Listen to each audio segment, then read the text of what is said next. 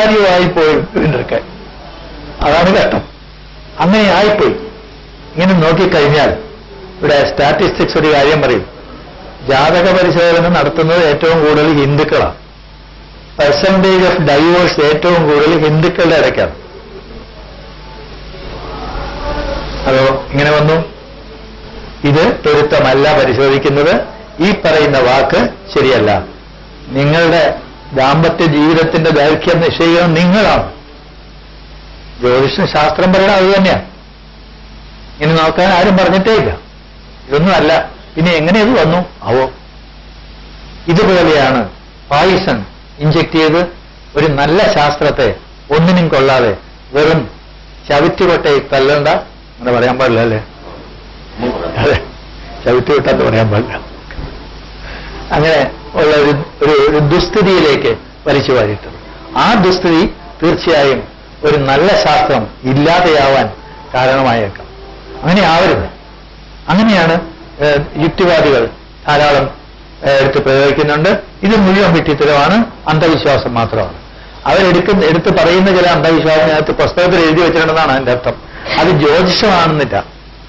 ജ്യോതിഷ ശാസ്ത്രം ഇപ്പൊ നമ്മൾ അറിയാൻ പോവുകയാണ്. എന്ത് അന്ധവിശ്വാസമാണല്ലോ നിങ്ങൾ തന്നെ തീരുമാനിക്കുക. ഏതെങ്കിലും അന്ധവിശ്വാസത്തിനകത്തുണ്ടോ എന്ന് നിങ്ങൾ സ്വയം തീരുമാനിക്കുക. എന്നിട്ട് ഒരു സിദ്ധിയും നിങ്ങൾക്ക് വേണ്ട, ഒരു ദേവനെ ഉപാസിക്കേണ്ട. ഈ ഉപാസിക്കാന്ന് വെച്ചാൽ അറിയാനാണ്. അറിയേണ്ട ഒരേ ഒരു കാര്യമുള്ളൂ, ജ്യോതിഷം അറിയണം. ഇതിന്റെ പുറകിലുള്ള തത്വം എന്താണ് എന്ന് നമുക്കറിയണം. ആ തത്വം നമ്മൾ സ്വയം അപ്ലൈ ചെയ്യണം. അനുഭവത്തിൽ നിന്ന് കാണും. ആ അനുഭവം, ഞങ്ങൾക്കുള്ള അനുഭവം, ഇതുവരെയുള്ള അനുഭവം നിങ്ങളുടെ മുമ്പിലേക്ക് വെച്ച് വരിക. ആ അനുഭവം നിങ്ങൾക്കും ഉണ്ടാവുമ്പോൾ ഇത് വളരും. ഈ തെറ്റായ മാർഗത്തിൽ നമ്മൾ മാറും. നല്ല ഒരു ഭാവി ജ്യോതിഷ ശാസ്ത്രത്തിനുണ്ടാവും. അത് ലോകത്തിന് തന്നെ ഉപകാരപ്രദമാവും. ആ അനുഭവം ഈ 2 വർഷക്കാലങ്ങളിലേക്കുണ്ടാവും. പിന്നീട് നിങ്ങളുടെ ജോലിയാണ് ഇതിനെ വളർത്തുക, ഈ ശാസ്ത്രത്തെ പുരോഗമനത്തിലേക്ക് കൊണ്ടുവരിക. കൂടുതൽ മാർഗങ്ങളിൽ ചെയ്യാൻ പറ്റുമോ എന്ന് നോക്കുക. പലപ്പോഴും കാണുന്നത് അതായത് ഒന്ന് മരിക്കും എന്ന് ഇത് മാത്രമൊന്നുമല്ല. ഇത് പറ്റുകയില്ല. പലരും പറയും കൃത്യമായിട്ട് കണക്കാക്കാം.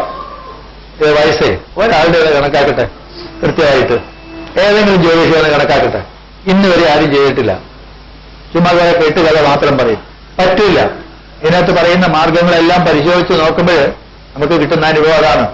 പല മാർഗങ്ങൾ പറഞ്ഞിരിക്കുന്നത് കാൽക്കുലേറ്റ് ചെയ്യാൻ. എവിടെ കാൽക്കുലേറ്റ് ചെയ്ത് നോക്കാം? ആരും നോക്കിയിട്ടില്ല. ശ്ലോകമാണ് പറയുന്നത്. ഒന്ന് ചെയ്തു നോക്ക്, ശരിയാണോ എന്ന് നോക്കണം. അല്ല, 25 വയസ്സിൽ മരിച്ച ആൾക്ക് 80 വയസ്സ് കാണും ആയുസ് കാൽക്കുലേറ്റ് ചെയ്യുമ്പോൾ. പിന്നെ എന്തെന്നാണ് ഇവർക്ക് പറ്റിയിട്ടില്ല. ഒരു കാര്യം മാത്രമാണ്, ഈ ലോകത്തിന്റെ തന്നെ പ്രത്യേകത അതാണ്. ആധുനിക ശാസ്ത്രവും എന്താ പറയുന്നത്, വേദാന്തവും എല്ലാം പറയുന്ന കാര്യം ഒന്നാണ്. വേദാന്ത ചിന്തയുള്ളവർ പറയും ഇത് ശാശ്വതമല്ല, ഇവിടെയുള്ളതൊന്നും. ഈ ലോകത്തിന്റെ പ്രത്യേകത തന്നെ ശാശ്വതമല്ലായ്മ ആണ്. അത് തന്നെയാണ് ആധുനിക ശാസ്ത്രവും ക്വാണ്ടം മെക്കാനിക്സും പറയുന്നത്. അത് തന്നെയാണെന്ന്. ഇതിനെല്ലാം ഒരു പ്രോബബിലിറ്റി മാത്രമേ നമുക്ക് കിട്ടുള്ളൂ. അതുകൊണ്ട് കൃത്യമായിട്ട് ഉള്ളൊരു പ്രവചനം ഇന്ന് വരെ ആരും ചെയ്തിട്ടുണ്ടെന്ന് തോന്നുന്നില്ല, കണ്ടിട്ടില്ല. പലപ്പോഴും നമുക്ക് നോക്കാവുന്ന ഒരു കാര്യമാണ്. പക്ഷേ ഇതിന്റെ അർത്ഥം ഈ പ്രോബബിലിറ്റി മാത്രമാണെങ്കിൽ അങ്ങനെ ആവാം. പലപ്പോഴും പറയില്ലേ കാലാവസ്ഥാ നിരീക്ഷണം അങ്ങനെയാന്ന്. അല്ലല്ലോ, ഇപ്പൊ കണ്ടില്ലേ, കൃത്യമായിട്ട് പ്രവചിച്ചു ഇതുമാതിരി തന്നെ. അതുപോലെ തന്നെ പ്രോബബിലിറ്റിയാണ് അത് ഇങ്ങനെ തന്നെയാ. ആ പ്രോബബിലിറ്റി കൊണ്ട് നമുക്ക് വളരെയധികം പ്രോബബിലിറ്റി ഉണ്ടെങ്കിൽ തീർച്ചയായും അങ്ങനെ സംഭവിക്കും എന്ന് തന്നെ പറയാം. അതുപോലെ നമ്മൾ അനുഭവിക്കുന്ന പല ദുരിതങ്ങളിൽ നിന്നും രക്ഷ കിട്ടാമെന്നേ ഉള്ളൂ. കിട്ടും എന്ന് പറയാൻ ഒക്കില്ല. നമുക്ക് വരുന്നതിനെ മുൻകൂട്ടി കാണാൻ സാധിക്കും. ദോഷങ്ങൾ മാത്രമല്ല, ഗുണങ്ങളും. എപ്പോഴും നോക്കുന്നത് ജ്യോതിഷം എന്ന് വെച്ചാൽ ദോഷങ്ങൾ നോക്കാനാണ്. പരിഹാരം വെച്ചാൽ അതല്ലോ, നല്ല കാര്യങ്ങളെ പരിഹരിക്കും ആരെങ്കിലും. ദോഷം കണ്ടുപിടിക്കുന്ന ഒരു കൂട്ടം ആളുകളുടെ ഒരു സമൂഹമാണ് ഇപ്പോ ഈ ജ്യോതിഷം. അത് മാറിയിട്ട് നമുക്കൊന്ന് ആസ്വദിക്കാം. നമ്മുടെ എന്താണ്, നിങ്ങൾക്ക് മാറാൻ കോടീശ്വരൻ പറയുന്ന പോലെ നമുക്ക് ഈ ആഴ്ചയിൽ 2 ദിവസമോ അല്ലെങ്കിൽ 1 ദിവസമോ ഏറ്റുമുട്ടാം, കണ്ടുമുട്ടാം. ഞാൻ തിരിച്ചാ പറയണത്. ജ്യോതിഷം എന്ന് പറയുന്നതിനെ ഒന്ന് ആസ്വദിക്കാം, അതിന്റെ കാരണങ്ങളിലേക്ക്. അതിന് നിങ്ങൾ തുടങ്ങുന്നത് ഒരിക്കലും ഈ ജ്യോതിഷ മഹാനുഭാവന്മാര് അറിയാത്ത ഒരു മേഖലയിൽ നിന്നാണ് തുടങ്ങാൻ പോകുന്നത്. ജ്യോതിഷ് ശാസ്ത്രം ഒരല്പം അറിയും. ഇതാ അവിടെ ഒരു ചിത്രമുണ്ട്. ഈ ചിത്രത്തിൽ നിന്നായിരിക്കും നമ്മൾ ആരംഭിക്കുക. കാരണം ജ്യോതിഷത്തിന്റെ അടിസ്ഥാനം ഓരോ ജ്യോതിഷുകളും എവിടെ എവിടെ നിൽക്കുന്നു ഇതിനെ പറയുന്നത് ഗ്രഹനില എന്നാണ്. അതിന്റെ ഒരു സ്കെയിലിന് വരച്ചതല്ല, ഒരു ഏകദേശ രൂപമാണ്. ഇങ്ങനെ കുറെ ജ്യോതിഷുകളെ കാണുമ്പോൾ നമ്മൾ എങ്ങനെ അതിന്റെ ഇന്ന സ്ഥാനത്തെന്ന് പറയും, അത് മുതലാണ് നമ്മൾ തുടങ്ങുന്നത്. ഇത് ഈ ജ്യോതിഷി ഇത് സ്വപ്നം പോലും കണ്ടിട്ടില്ല. രാശി എന്ന് വെച്ചാൽ ചിങ്ങൻ രാശി, സിംഹത്തിന്റെ രാശി. ഇങ്ങനെ കേട്ടിട്ടുണ്ടാവുമല്ലോ പലപ്പോഴും. ചിങ്ങലഗ്നക്കാരനാണ്, അയാളുടെ വിചാരം സിംഹമാണെന്നാണ്. അയാളും സിംഹമായിട്ട് ഒരു ബന്ധമില്ല. നിങ്ങള് പലപ്പോഴും വൃശ്ചിക ലഗ്നം എന്ന് കേട്ടിട്ടുണ്ട്. വൃശ്ചികം ലഗ്നത്തിന്റെ, വൃശ്ചികം എന്ന് വെച്ചാൽ തേൾ എന്നാണ് അർത്ഥം. ഒരു ദിശയാണ്. ആ ദിശയിൽ കാണുന്ന ഒരു നക്ഷത്ര കൂട്ടം ഏതാണ്ട് തേളിന്റെ ആകൃതിയ, ഏറ്റവും ഭംഗിയായിട്ട് കാണാതെ. സ്കോർപ്പിയസ് ഇതാണ്. ഇങ്ങനെ ഒരു നക്ഷത്രക്കൂട്ടം അവിടെയുണ്ട്. അതുകൊണ്ട് ആ ദിശയെ തേളെന്ന് പറഞ്ഞു. ഇവിടെ തേള്, അല്ലാതെ അതിൽ ജനിച്ച ആള് തേളുമായിട്ട് ഒരു ബന്ധമില്ല. ഇതൊക്കെയാണ് ഉപയോഗിച്ചുകൊണ്ടിരിക്കുന്നത്. പലപ്പോഴും അത് റെക്കഗ്നൈസ്ഡ് അല്ലെങ്കിൽ ആദരിക്കപ്പെടുന്ന അനേകം ജ്യോതിഷ ഗ്രന്ഥങ്ങളിൽ പോലും ഈ വിട്ടിത്തരം ആവർത്തിച്ച് കാണാം. ഇങ്ങനെയുള്ള മഠയത്തരങ്ങൾ ഇതിനകത്ത് ചേർത്തപ്പോഴാണ് ജ്യോതിഷം അന്ധവിശ്വാസമാണെന്ന് പറയുന്നത്. യുക്തിവാദികൾ പറയുന്നത് ശരിയാ. അവർ കാണുന്നത് ഇങ്ങനെ, ഈ ഭാവങ്ങളാണ് അവർ കാണുന്നത്. ഇങ്ങനെയുള്ള കാര്യങ്ങളൊക്കെയാണ്. അങ്ങനെ കാണുമ്പോൾ പക്ഷെ അതല്ല വേണ്ടത്. ദോഷൈക ദൃക്കുകളാകുകയല്ല, ഇതിനകത്തുള്ള സത്യം എന്തെന്നെടുത്ത് അതിനെ ആ ചെളിയെല്ലാം മാറ്റി ക്രിസ്റ്റലൈസ് ചെയ്യേണ്ടതാണ്. അതാണ് നമ്മൾ ചെയ്യേണ്ടത്. അങ്ങനെ നമ്മൾ ചെയ്യുമ്പോൾ ഒരു മനസ്സുഖം ഉണ്ടാവും. ഒരുപാട് പേർക്ക് അതിന്റെ രക്ഷ കിട്ടും. അറ്റ്ലീസ്റ്റ് കുറെ പേര് വിവരമുള്ളവരുണ്ടെന്ന് അറിഞ്ഞാൽ മറ്റവരെന്ന് ഭയപ്പെടും. അതാണ് ഇപ്പോൾ ആവശ്യം. അല്ലെങ്കിൽ മുതലെടുക്കും കണ്ടവാനും വിരട്ടി കാര്യം സാധിക്കും. പ്രത്യേകിച്ച് സ്ത്രീകളെയാണ്. ചേട്ടാ പേടിയാവും, ചേട്ടാ പേടിയാവും. അതെന്ത് വേണേ ചെയ്യും. എന്നിട്ട് എന്താണ് ശയന പ്രദർശനമോ അല്ലെങ്കിൽ വള്ളസദ്യയോ ഒക്കെ നേർപ്പിച്ച് നമ്മളെ ശരി കുടുക്കിലിറക്കും. ഈ അവസ്ഥയിലേക്ക് നമ്മൾ പോകരുത്. നമ്മൾ ഒരിക്കലും നമ്മുടെ എന്താ പറയുന്നത് സ്ഥിരബുദ്ധി അതിൽ നിന്ന് മാറരുത്. സത്യം എന്തെന്നറിയാനുള്ള ആഗ്രഹം, തുറന്ന മനസ്ഥിതി. അന്ധമായ വിശ്വാസം പോലെ തന്നെ ദോഷമാണ് അന്ധമായ അവിശ്വാസവും. അതും പാടില്ല. എന്തെങ്കിലും ഉണ്ടോ? ദൈവത്തിന്റെ കാര്യം തന്നെ പറയുന്നവരുണ്ട്. രണ്ടും പറയും. ദൈവമില്ല എന്ന് ചിലർ പറയും. ശരിയായിരിക്കാം. നമുക്കറിയില്ലല്ലോ, ആരും പോയി കണ്ടിട്ടില്ലല്ലോ ദൈവത്തിനെ. അതിനെ അറിയില്ലല്ലോ ആർക്കും. ഉണ്ടാവാം, ഉണ്ടാകാതിരിക്കാം. ഇങ്ങനെ പറയാം. അതിപ്പോഴും ഡിസൈഡഡ് അല്ല. അതുമാതിരി തുറന്ന മനസ്സോടുകൂടി ഇതിനെ സമീപിക്കുകയാണെങ്കിൽ തീർച്ചയായിട്ടും ഈ ജ്യോതിഷത്തിൽ കൂടിയുള്ള ഈ ഇനിയുള്ള ജീവിതകാലം, ആ യാത്ര വളരെ സുഖപ്രദമായിരിക്കും. ശാന്തിയും സമാധാനവും കിട്ടും. നമ്മുടെ സ്വഭാവം തന്നെ മാറും. വാസ്തവത്തിൽ ഒരു ടോളറേഷൻ തനിയെ വരും. വളരെയധികം പക്വതയുണ്ടാവും. വിശാലമായിട്ട് പോകും. നമ്മൾ വെറും വരണ്ട ജ്യോതിഷം മാത്രമല്ല നോക്കുക. നമ്മൾ സാധാരണ ഒരു സോഷ്യൽ നെസസിറ്റി ആയി തീർന്നിരിക്കുകയാണ്. ആ രീതിയിൽ നമ്മൾ ചിന്തിക്കാനാണ് നമുക്ക് കൂടുതൽ ആഗ്രഹം. നമുക്ക് അതാണല്ലോ വേണ്ടത്. നമ്മുടെ സൊസൈറ്റിയിലെ ഒരു ഭാഗമാണ്. ഇവിടെ ഏറ്റവും കൊച്ചു ഒരു ജ്യോതിഷി മകൾ, അത് പക്ഷേ ശരിയായിട്ടില്ല. ഇത് കുറച്ച് ബുദ്ധിമുട്ടും. എന്നാലും കുഴപ്പമില്ല. ഇതിങ്ങനെ ഭാവിയിലാവുമ്പോൾ ഈ പ്രായത്തിൽ നിങ്ങളുടെ ചെവിയിൽ വന്നിങ്ങനെ അലയടിക്കുന്ന ഞങ്ങളുടെ എല്ലാ ശബ്ദങ്ങളും ഭാവിയിൽ അലയടിച്ചു തുടങ്ങും. ഒരു കാലത്ത് വളരെയധികം പറ്റും. നമുക്കൊക്കെ ഇപ്പോൾ ഞങ്ങളൊക്കെ പഠിച്ചത് പ്രായമായിട്ടില്ല. പഠിക്കുമെന്ന് വിചാരിച്ച് പഠിച്ചതല്ല. അങ്ങനെ എന്താണ് അതിന് പറയണത്? അതിനൊരു കാലം വന്നു. അപ്പോൾ അങ്ങനെ പഠിച്ചവരാണ് ഇപ്പൊ നമ്മളെല്ലാം. നമുക്കിപ്പോ നാളെ ഒരു ബോർഡ് ഇട്ടുകൊണ്ട് അവിടെ പോയി ഇരുന്നിട്ട് മറ്റേ നേരത്തെ പറഞ്ഞ മാതിരി വിലവിവര പട്ടിക എഴുതണം എന്നുള്ളതല്ല. നമുക്കിന്ന് മനസ്സിലാക്കാനുള്ള ആഗ്രഹം, അതാണ് വേണ്ടത്. ജിജ്ഞാസ. ഇത് ശരിയാണോ തെറ്റാണോ നമുക്കറിയില്ല. ആ ഒരു ആറ്റിറ്റ്യൂഡിൽ നമുക്കിതിനെ ഒന്ന് പരിശോധിച്ച് നോക്കാം. ക്രമേണേ വരുള്ളൂ. നമ്മള് വാസ്തവം പറഞ്ഞാല് ഒരു 2 ദിവസം ഇതുമായിട്ടൊന്ന് കുറെ ടേംസും അതുമൊക്കെ ഇടയ്ക്കിടെ കുറച്ചേ കേൾക്കുള്ളൂ. തുടങ്ങുന്നത്. അത് കഴിഞ്ഞ് ബുധനാഴ്ച മുതൽ മാത്രമായിരിക്കും ഇതായിട്ട് തുടങ്ങുക. എല്ലാവരും വന്നിട്ടില്ല, ചിലരൊക്കെ ഇനിയും വരാനുണ്ട്. അത് കഴിഞ്ഞ് അതുവരെ അല്പം കഥാപ്രസംഗം നടത്താം. അത് കഴിഞ്ഞ് ശരിയായിട്ട് തുടങ്ങും. നേരത്തെ പ്രധാനപ്പെട്ട ഒരു കാര്യം സെക്രട്ടറി ഒരു താക്കീത് എനിക്കും തന്നു. ഇവിടെ എന്താണ് പറയുന്നത്, ചർച്ചയിൽ നിന്നാണ് അറിവുണ്ടാകുന്നത്. ചുമ്മാ കുറെ കേട്ടാൽ അറിവുണ്ടാവില്ല. അങ്ങനെ കേട്ടതിനെ പറ്റി ചിന്തിക്കണം. നമ്മൾ ഒരാളുമായിട്ട് ചർച്ച ചെയ്യണം.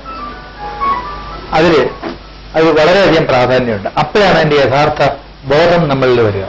ആ ബോധമുണ്ടെങ്കിൽ ലോകം എന്നെ നന്നായിരുന്നേനെ എല്ലാവർക്കും. നമുക്കതിനുള്ള അവസരം കിട്ടുന്നില്ല. ചെറുതായിട്ട് ആലോചിച്ച് നോക്കൂ. സ്കൂളിൽ പഠിച്ച കാലത്ത് ഈ 7-8-56 എങ്ങനെയാ പഠിച്ചേ? ഇന്നും പലരും ചോദിച്ചു എന്തുകൊണ്ടാണ് 7-8-56 ആയത് ചോദിച്ചാൽ പറയും. അതിനുള്ള അവസരം കൊടുത്തിട്ടില്ല. കാര്യകാരണ ബന്ധത്തോടുകൂടി അതിൽ എത്തിയിട്ടില്ല. നമ്മളിങ്ങനെ മഗ്ഗപ്പ് ചെയ്യുകയാണ്. അങ്ങനെ ഒരു സമ്പ്രദായമായിരുന്നു ഇതുവരെ ഈ ജ്യോതിഷത്തിലുണ്ടായിരുന്നത്. എന്നാ ഉടനെ നക്ഷത്രങ്ങൾ 27, അശ്വതി ഭരണി കാർത്തിക കണ പിടിച്ചു, രാശികൾ 12, മേടമേടവം മിഥുനം, ഇങ്ങനെ പറഞ്ഞിട്ട് ഇതൊക്കെ അങ്ങ് കാണാതെ പഠിപ്പിക്കാം. ഇതാണ്. പിന്നെ അതെല്ലാം കൊണ്ട് ചില ശ്ലോകങ്ങളും വെച്ചിട്ടൊരു പ്രയോഗമാണ്, പറ്റിയാ പറ്റി. ഇതാണ്. അല്ലെങ്കിൽ പറ്റിക്കുക രണ്ടർത്ഥത്തിൽ. ഇതാണിപ്പോൾ നടക്കുന്നത്. ഇത് മാറണം. നമുക്ക് സ്പെസിഫിക് ആയിട്ടൊരു കാര്യം അറിയാം. അതാണ്. ആ സ്പെസിഫിക് ആയിട്ടുള്ള കാര്യങ്ങളിലേക്ക് പോകണം. എന്നാലേ അത് ശാസ്ത്രമാവുള്ളൂ. അല്ലെങ്കിൽ ശാസ്ത്രമല്ല, ഊഹം പറ്റി പറയണല്ലേ. മോഹൻ നോക്കി പറയണ മറ്റേ റെയിൽവേ സ്റ്റേഷന്റെ അവിടെ നിന്ന് ഇങ്ങോട്ട് ഇറങ്ങി കഴിഞ്ഞാൽ തമ്പാനൂർ റോഡിൽ കാണാം ചിലപ്പോൾ ഒരു കിളിയും കാണും. അതിങ്ങനെ വിളിച്ച് പറയും, വരണം മുതലക്ഷണം നോക്കി പറയാം, ഒരു യോഗം ഉണ്ടല്ലോ. ഇതിങ്ങനെ കേൾക്കുമ്പോൾ നമുക്ക് ഒരു അട്രാക്ഷൻ ഉണ്ടാവും. പതുക്കെ ആരും നമ്മുടെ പരിചയക്കാരും ഇല്ലെങ്കിൽ പതുക്കെ ഇത് കൊണ്ടുപോയി ലോട്ടറി ടിക്കറ്റ് എടുക്കും, കിട്ടില്ല. ഇതുപോലെ മുഖം നോക്കി ചുമ്മാതെ എന്ന് പറയാ. അതിൽ നമുക്ക് വലിയ ഇഷ്ടമാണ് ഇങ്ങനെ കേൾക്കുന്നത്. നല്ല കാര്യങ്ങൾ വരും, നല്ല കാലത്ത് ഗുണം വരും എന്ന് പറയില്ല. അതുപോലെ ആയുഷ്മാൻ ഭവ, സന്തോഷമാണ്, സൂക്ഷിക്കണം നിന്റെ ആയുസ് എന്ന് പറഞ്ഞാൽ നമുക്ക് ഇഷ്ടപ്പെടില്ല. ഇതുപോലെ കുറെ നല്ല വാക്കുകളിൽ വാക്ക് കസർത്തുകൊണ്ട് ഒരാളെ കുറച്ച് ഒരു 10 മിനിറ്റ് നേരെ ഇരുത്തുക എന്നുള്ളത്, ആ തന്ത്രം എങ്ങനെയാണെന്നാണ് പഠിപ്പിച്ചു വിടുന്നത്. മിക്കവാറും ഇവിടെ നടക്കുന്നത് പല സ്ഥലങ്ങളിലും ഇത്തരം ഇത് കാണാതെ പഠിപ്പിക്കുകയും ഇന്നത്തെ ഡിഗ്രി കൊടുക്കുന്ന ചില യൂണിവേഴ്സിറ്റികളും ഇതിന് വലിയ കുഴപ്പമാണ്. കുറെ പഴയ പഠന പുസ്തകങ്ങൾ, അതിന്റെ ഇത്ര ചാപ്റ്റർ മുതൽ ഇത്ര ചാപ്റ്റർ വരെ, അതിനകത്ത് പറഞ്ഞിരിക്കുന്നത് മിക്കവും ട്രാഷ്, ശാസ്ത്രമേ അല്ല. അങ്ങനെയുള്ളത് പഠിച്ചോ, എന്നിട്ട് MA കൊടുത്തേക്കുക. മാർക്ക് ഇടുന്നതിനും അറിയില്ല, സിലബസ് എഴുതിയതിനും അറിയില്ല ജ്യോതിഷം എന്താണ്. ഇതാണ് വാസ്തവം. ഇഷ്ടംമാതിരി കിട്ടും, പൈസ കൊടുത്താൽ കിട്ടും. ചില സ്ഥലത്ത് ഡിഗ്രി, ഡോക്ടറേറ്റ് വേണോ കിട്ടും. ഇതിലേതെങ്കിലും ഒരു പഴയ പഠന പുസ്തകം എടുത്ത് പകർത്തി എടുത്താൽ കൊടുത്താൽ മതി. കുറെ ഓപ്പൺ യൂണിവേഴ്സിറ്റീസ് ഉണ്ട്. അതപ്പോഴേ നിങ്ങൾ എവിടം വരെ പോയി നോക്കണം. എന്ന് വെച്ചാൽ അർഹതയില്ലാത്തവരെ മോളിൽ കയറ്റി വിട്ടുകൊണ്ടിരിക്കുന്നു. ഇതാണ് ദോഷം വരുത്തിയത്. നമ്മൾ എവിടെയും ചെയ്യുന്നത് അതാണ്. എല്ലാ മേഖലയിലും നമ്മളെ ഭരിക്കാൻ കൊള്ളരുതാത്തവനെ കയറ്റിവിടുക ആരാ? നമ്മൾ തന്നെയാണ്. ഇത് 10 പ്രാവശ്യം ആലോചിക്കണം, ഇവനെ കയറ്റിവിടാമോ എന്ന്. ചെയ്യില്ല. അവസാനം എന്തു വരുന്നു? നമ്മൾ തന്നെ അനുഭവിക്കുന്നു. ആ സിറ്റുവേഷനാണ് ഇതിനകത്ത്. സമൂഹം ഒന്നടങ്കം സഹിക്കുന്ന, അവരറിയാതെ കഷ്ടപ്പെടുന്ന ഒരവസരത്തിലേക്ക് വഴിതെളിക്കുന്നു. അതേ സമയത്ത് മറിച്ച് മറ്റൊരു വശത്ത് ഇതിന്റെ സിൽവർ ലൈൻ കാണുന്നു. ഇത് എങ്ങനെ പ്രയോജനപ്പെടുത്താം, ശരിക്കും സ്പെസിഫിക് ആയിട്ട് ഇത് ഉപയോഗിച്ചാൽ എത്രത്തോളം പ്രയോജനപ്പെടും എന്നുള്ളത് അനുഭവം ധാരാളം ഉണ്ടാവും. ഇവിടെ വരുന്ന നിങ്ങൾ ഈ 2 കൊല്ലത്തിനിടയ്ക്ക് നമുക്ക് ഇതേമാതിരി കാര്യങ്ങൾ ധാരാളം വരും. അങ്ങനെ വരുന്നത് നിങ്ങളുടെ മുമ്പിലേക്ക് ഞങ്ങൾ പ്രസന്റ് ചെയ്യും. അതിൽ ഒരാളല്ല. ഇപ്പോ എന്താ പറയുന്നത്, എന്നെപ്പറ്റി കുറച്ച് നല്ല വാക്ക് പറഞ്ഞു. സത്യം പറയട്ടെ, എനിക്കൊരു ചെറിയൊരു കുറച്ചിലാണ് തോന്നുന്നത്. ഒന്നും പറയാതെ ഞാൻ കുറച്ചുകൂടി ഇഷ്ടപ്പെട്ടത്. കാരണം എന്നെക്കാൾ അധികം ഇവിടെ ഇരിക്കുന്ന ആളുകളാണ് പരിശ്രമിക്കുന്നത്. ഞാനിവിടെ ആൾക്കാരെ ഒരു ഷോ പീസ് ആയിട്ട് വന്ന് നിൽക്കുന്നു എന്ന് മാത്രമേ ഉള്ളൂ. ഈ പറഞ്ഞ ജോയിന്റ് സെക്രട്ടറി ഉൾപ്പെടെ ഉള്ള ആളുകൾ ആണ് ഇവിടെ കൂടുതൽ സമയം ചെലവാക്കുന്നത്. ആരോഗ്യത്തിന്റെ പ്രശ്നം കൊണ്ടും അല്ലാത്ത പ്രശ്നം കൊണ്ടും കൂടുതൽ. അവര് എപ്പോഴും ഇവിടെ കാണും. ആവശ്യമില്ലെങ്കിൽ അവരുടെ ഫോൺ നമ്പറുണ്ട്, വിളിച്ചാൽ ആ നിമിഷം അവരിവിടെ എത്തും. ഇതിലുള്ള ചർച്ചയുടെ ആവശ്യം നമുക്കിപ്പോൾ സൗകര്യമുണ്ട്. പുസ്തകങ്ങൾ വേണ്ടതും നല്ലൊരു ലൈബ്രറി ഉണ്ട്. ഇങ്ങനെ ചർച്ച ചെയ്യാൻ ആളുകളും എപ്പോഴും ഉണ്ട്. താഴെ 3 or 4 പേര് എപ്പോഴും കാണും. ഇവര് ഒന്നും ശമ്പളക്കാരല്ല, അവരൊന്നും ഇച്ഛിച്ചിട്ടല്ല.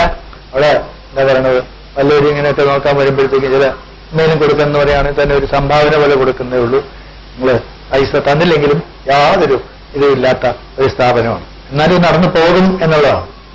അപ്പോൾ ഇതിന് ഇത്ര രൂപ എന്ന് പറഞ്ഞ് വാങ്ങിക്കുന്നവന് എത്ര രൂപ സമ്പാദിക്കുമെന്ന് ആലോചിച്ചാൽ മതി. ഇത് നടന്നു പോകുന്നത് ഇപ്പം നടന്നു പോകണമെങ്കിൽ മാസം ഒരു 10,000 രൂപകളും വേണം ഇതിന്റെ ഈ ചെലവിലേക്ക്. അതിവിടെ അതിനേക്കാൾ കൂടുതൽ ആവശ്യത്തിൽ ആളുകൾ കൊണ്ടിടുന്നു.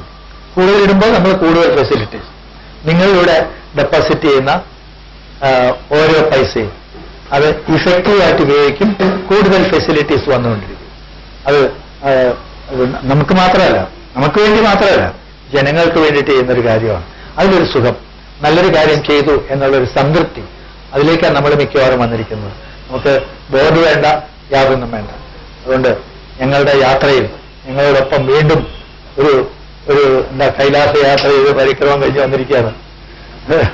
അതുപോലെ ഒരു പരിക്രമം നടത്തിക്കൊണ്ട് പോകാൻ അത് എത്രത്തോളം ഹൃദ്യമാക്കാമോ അത്രത്തോളം ഹൃദ്യമാക്കുക.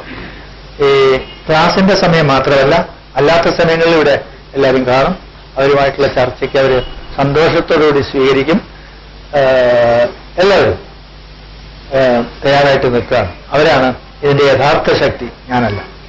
ഞാൻ പ്രായം കൊണ്ടായിരിക്കണം, അതുകൊണ്ടാണ് ഇങ്ങനെ പൊക്കി വെച്ചിരിക്കുന്നത്, അത്രേ ഉള്ളൂ. ഞാൻ പറയുന്നത് വെറുതെ അല്ല. ഇത് പോകുന്ന ഒരു സ്റ്റേജാണ് എൻ്റെത്. പക്ഷെ വളരുന്ന ഒരു സ്റ്റേജിലുള്ളവർ, അവർക്കാണ് ഒരുപാട് റെസ്പോൺസിബിലിറ്റി. അതെ, മറ്റവർക്ക് ഒന്നും കഴിവില്ല, അറിയില്ല എന്നല്ല അതിന്റെ അർത്ഥം. അവർ യൂസ്ലെസ് എന്നുള്ളതല്ല. അവരെ കൊണ്ട് യൂസ് ഉണ്ട്. പക്ഷെ അതിനേക്കാൾ കൂടുതൽ യൂസ് ഉള്ളത് മേപ്പോട്ട് കയറുന്നവർക്കാണ്. കയറാനുള്ള കഴിവുണ്ട്. അത് കഴിഞ്ഞ് അവരോഹി ആയിട്ടുള്ള ആളുകളാണ് ഒരു സ്റ്റേജിൽ കഴിഞ്ഞാൽ. ഞങ്ങളൊക്കെ ആ കൂട്ടത്തിൽപ്പെടും. അതുകൊണ്ട് ആരോഗ്യമായിട്ടുള്ള ഇതുമാതിരിയുള്ള നല്ല ചോരയും നീരുള്ളവരെ പിടിച്ച് ജോലി എടുപ്പിക്കുക, അതാണ് വേണ്ടത്. അതുകൊണ്ട് ആർക്കും എന്തും എപ്പോഴും ചോദിക്കാം. എന്തും എന്നുള്ളതല്ല, ജ്യോതിഷത്തിന്റെ കാര്യം പറഞ്ഞത് അതിനെ സംബന്ധിക്കാം. അത് എവിടെ വെച്ച് ഇന്ററപ്റ്റ് ചെയ്താലും ഞങ്ങൾക്ക് യാതൊരു കുഴപ്പമില്ല. ക്ലാസ് നീണ്ടുപോയാലും കുഴപ്പമില്ല. അതൊരു ഇറിറ്റേഷനായിട്ട് തോന്നില്ല. ശക്തിയുക്തം എതിർക്കണം, ഒരു കുഴപ്പമില്ല. എതിർക്കണം, ഞങ്ങൾ ഉത്തരം പറയാൻ തയ്യാറാണ്. അത് ഞങ്ങൾ സമർത്ഥിക്കാനും തയ്യാറാണ്. അങ്ങനെ തയ്യാറാവും.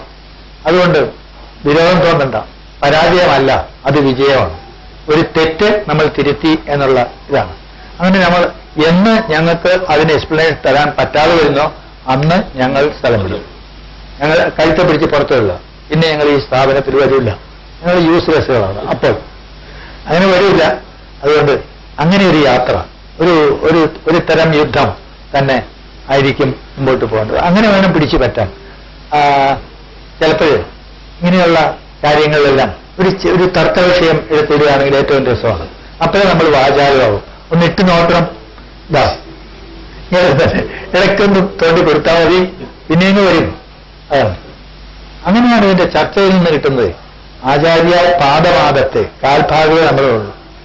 പാദം ഇങ്ങനെയാണ്. സബ്രഹ്മചാരിഭ്യ എന്താ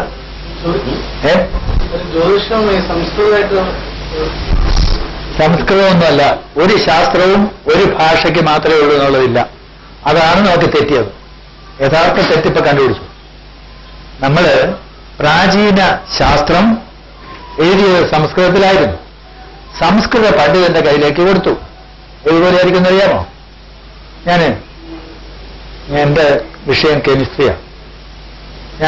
എന്റെ റിസർച്ച് തീസിസ് എടുത്തിട്ട് ഒരു ഇംഗ്ലീഷ് പണ്ഡിതന്റെ കൈ കൊടുത്തു. അയാൾക്ക് എന്ത് മനസ്സിലാവും? മനസ്സിലായില്ലേ? അതാണ് നമുക്ക് പറ്റിയത്. അങ്ങനെയുള്ള തെറ്റായ വ്യാഖ്യാനങ്ങളും ഒക്കെയാണ് ഇപ്പൊ കയ്യിലുള്ളത്. നമ്മൾ സംസ്കൃത പണ്ഡിതന്മാരുടെ കൈ കൊടുത്തു. സംസ്കൃതം എന്ന് പറയുന്ന ഭാഷ, നമ്മൾ ആ ഭാഷയെപ്പറ്റി വിമർശിക്കാനല്ല. ഭാഷ നല്ലത് തന്നെ, ശ്രേഷ്ഠം തന്നെ. ദേവന്റെ ഭാഷയാണ്, മനുഷ്യന്റെ ഭാഷ എന്താ കൊള്ളൂല്ലേ? പിന്നെ എന്താ സംസ്കൃതം നമ്മൾ സംസാരിക്കാത്തത്? സംസാരിക്കാൻ പോലുമില്ല. അതുതന്നെ. അതെ. അല്ലെങ്കിൽ ഇന്ത്യ ഒട്ടിട്ട് സംസ്കൃതമല്ലേ സംസാരിക്കുള്ളൂ. തലകുത്തി മറിയുന്നുണ്ടല്ലോ, നടക്കില്ല. അതിനേക്കാൾ നല്ല ഭാഷകളാണ് മറ്റുള്ളത്. ഭാഷയ്ക്കൊരു ഉദ്ദേശമുണ്ട്. ഞാൻ മനസ്സിൽ വിചാരിക്കുന്നത് ഭാഷയിൽ കൂടി പുറത്തു വരണം. നിങ്ങൾ കേൾക്കുന്നയാൾക്ക് ഞാൻ എന്ത് ഉദ്ദേശിച്ചോ അതേ അർത്ഥം തന്നെ തോന്നണം. ഇതൊക്കെ വേണം. ഇവിടെ ഒരു വാക്കിന് 16 അർത്ഥമുണ്ട്. പിന്നെ എന്തിനാണ് ഈ ഭാഷ? ഒരർത്ഥമേ പാടുള്ളൂ. ഒരു വാക്കിന് ഒരു അർത്ഥമേ പാടുള്ളൂ. അതാണ് ഭാഷയുടെ ധർമ്മം. അത് അനുഷ്ഠിക്കുന്നതിൽ അൺഫോർച്ചുനേറ്റ്ലി ഈ ഭാഷ കുറെ ബുദ്ധിമുട്ടാണ്. പഠിക്കാൻ തന്നെ എന്ത് ബുദ്ധിമുട്ട്? അതെ, വളരെ ബുദ്ധിമുട്ടുള്ളതാണ്. പിന്നെ സംസ്കൃത പരിചയം നല്ലതാണ്. കാരണം ഈ ഗ്രന്ഥങ്ങൾ ഇരിക്കുന്നത് ഇതിനകത്താണ്. സംസ്കൃതത്തിൽ പഴയ ഗ്രന്ഥങ്ങളുണ്ട്. നോക്കി വായിക്കുകയും ഈ വ്യാഖ്യാതാക്കന്മാർ പറഞ്ഞ തെറ്റുകൾ നമുക്ക് മനസ്സിലാവുകയും ചെയ്യും. അല്ലെങ്കിൽ നമ്മൾ അത് നോക്കില്ല. അതുകൊണ്ട് മൂല ശ്ലോകം തന്നെ നോക്കണം. അല്പം സംസ്കൃത പരിചയം ഉണ്ടാകുന്നത് അഭിലഷണീയം എന്നേ ഉള്ളൂ. സംസ്കൃതം അറിയണ്ട. സത്യത്തില് ഞാൻ ആദ്യം ജ്യോതിഷം പഠിപ്പിക്കാൻ തുടങ്ങിയത് ഒരു വിദേശി, ഒരു ആസ്ട്രേലിയക്കാരിക്കായിരുന്നു. അവര് മുഴുവൻ പഠിച്ചിട്ടാ പോയത്. സംസ്കൃതം അറിയില്ല. ഒരു ദേവപ്രശ്നത്തിൽ വരെ അത് പങ്കെടുത്തിട്ടാണ് പോകുന്നത്. ഇനിയുണ്ട് ചിലർ എപ്പോഴും വരും. അല്ല, അവർക്ക് സംസ്കൃതം അറിയില്ല. അതുകൊണ്ട് സംസ്കൃതം വേണമെന്ന് നിർബന്ധമേ ഇല്ല. പക്ഷെ സംസ്കൃതം അറിയാൻ നമുക്ക് ആസ്വദിക്കാം. ഈ തെറ്റ് എഴുതി വെച്ചിരിക്കുന്ന പുസ്തകങ്ങളിൽ അതിന്റെ വ്യാഖ്യാനം എഴുതിയിരിക്കുന്ന തെറ്റുകൾ എന്താണെന്ന് മനസ്സിലാക്കാം. വളരെ സ്പഷ്ടം. അതുകൊണ്ട് സംസ്കൃത ഭാഷ വേണമെന്നില്ല. വേണമെങ്കിൽ പഠിച്ചാലും കുഴപ്പമൊന്നുമില്ല. ഏത് ഭാഷയും നല്ലത് തന്നെ. സംസ്കൃതമൊന്നും വേണ്ട. അതുപോലെ ശ്ലോകം ചൊല്ലേണ്ട ആവശ്യമില്ല. അറിയാതെ നമ്മൾ ചില സംസ്കൃത ശ്ലോകങ്ങൾ പറഞ്ഞാൽ എളുപ്പമുണ്ട്, ഓർക്കാൻ എളുപ്പമുണ്ട്. ഇപ്പൊ ഇതിന്റെ എന്താണ് പലതും നമ്മൾ സംസ്കൃതം അറിഞ്ഞിട്ടല്ല നമ്മൾ മനസ്സിലാക്കുന്നത്. അതുപോലെ ശ്ലോകത്തിൽ ഓർക്കാൻ വരെ എളുപ്പമുണ്ടല്ലോ, പാട്ട് പാടിയാലേ ഉള്ളൂ എന്ന്. പക്ഷെ പാട്ട് പാടാൻ നിർബന്ധമൊന്നുമില്ല. അല്ലാതെ പറഞ്ഞാലും മനസ്സിലാവും. വേറെ ശാസ്ത്രങ്ങളിലൊന്നും ഇങ്ങനെ പാട്ട് പാടലില്ലല്ലോ. കവിതാ രൂപത്തിൽ പറഞ്ഞാലേ പറ്റുള്ളൂ ഇല്ല. അല്ലാതെ തന്നെ മനസ്സിലാവും. അതുകൊണ്ട് അങ്ങനെയുള്ള തെറ്റിദ്ധാരണ ഒന്നും വേണ്ട. എല്ലാവർക്കും മനസ്സിലാവും, അനുഭവപ്പെടും. അതാണ് വേണ്ടത്. നമുക്കത് അനുഭവപ്പെടണം. അതുകൊണ്ട് ഇത്തിരി മുഷിച്ചിലുണ്ടെന്ന് തോന്നുന്നു.